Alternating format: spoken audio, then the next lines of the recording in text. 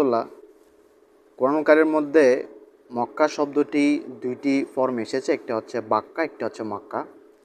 এবং এই শব্দ দুইটি এমন একটা জায়গায় ব্যবহার হয়েছে যে জায়গাগুলোতে ব্যবহার হওয়া সবচেয়ে বেশি উপযুক্ত। প্রথমে আসি বাক্কা শব্দটি, এটি ব্যবহার হয়েছে এই আয়াতে সূরা আল ইমরানের ইন্না আউওয়ালা বাইতিন উদিয়া লিন-নাসি লাল্লাযী বিবাক্কাতা মুবারাকান ওয়া হুদাল লিল আলামিন। এই আয়াতে সূরা আল ইমরানের বাক্কা শব্দটি ব্যবহার হয়েছে।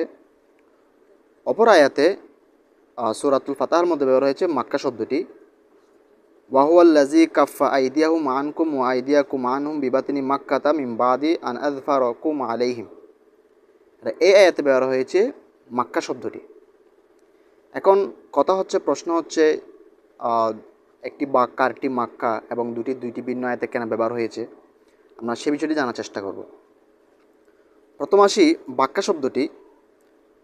বাক্কা শব্দটি এসেছে আল বাক্য থেকে, যেটা অর্থ বোঝায় কাছাকাছি করা, যেখানে খুব ভিড় হয়, সেই বিষয়টাকে বোঝানোর জন্য বাক্কা শব্দটি ব্যবহার হয়।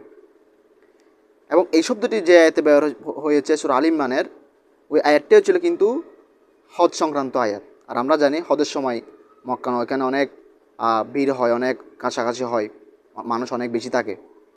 ঠিক ওই যেখানে হজ প্রসঙ্গত আয়াতের মধ্যে ওইখানে বাক্কা শব্দটি ব্যবহার হয়েছে। কিন্তু মক্কা শব্দটি যে আয়াতে ব্যবহার হয়েছে ওইখানে হজ সংক্রান্ত আয়াতটি ছিল না, ওটা ছিল অন্য একটা বিষয়, সূরা ফাতহার অন্য একটি বিষয় আয়াত। ওইখানে শব্দটি ব্যবহার হয়েছিল মাক্কা শব্দটি। অর্থাৎ যে আয়াতের প্রসঙ্গ হজ সংক্রান্ত ছিল সেখানে হয়েছে বাক্কা, যেহেতু বাক্কা দ্বারা বোঝায় কাছাকাছি হওয়া, সেখান থেকেই ওই জায়গাকে হজ সংক্রান্ত আয়াতের মধ্যে মক্কাকে বোঝানোর জন্য বাক্কা শব্দটি ব্যবহার হয়েছে। এটি হচ্ছে শব্দের ব্যবহারের সূক্ষ্ম জায়গা। যে আয়াতে যে শব্দ দ্বারা সবচেয়ে বেশি উপযুক্ত, সেই আয়াতে সেই শব্দটি এখানে ব্যবহৃত হয়েছে।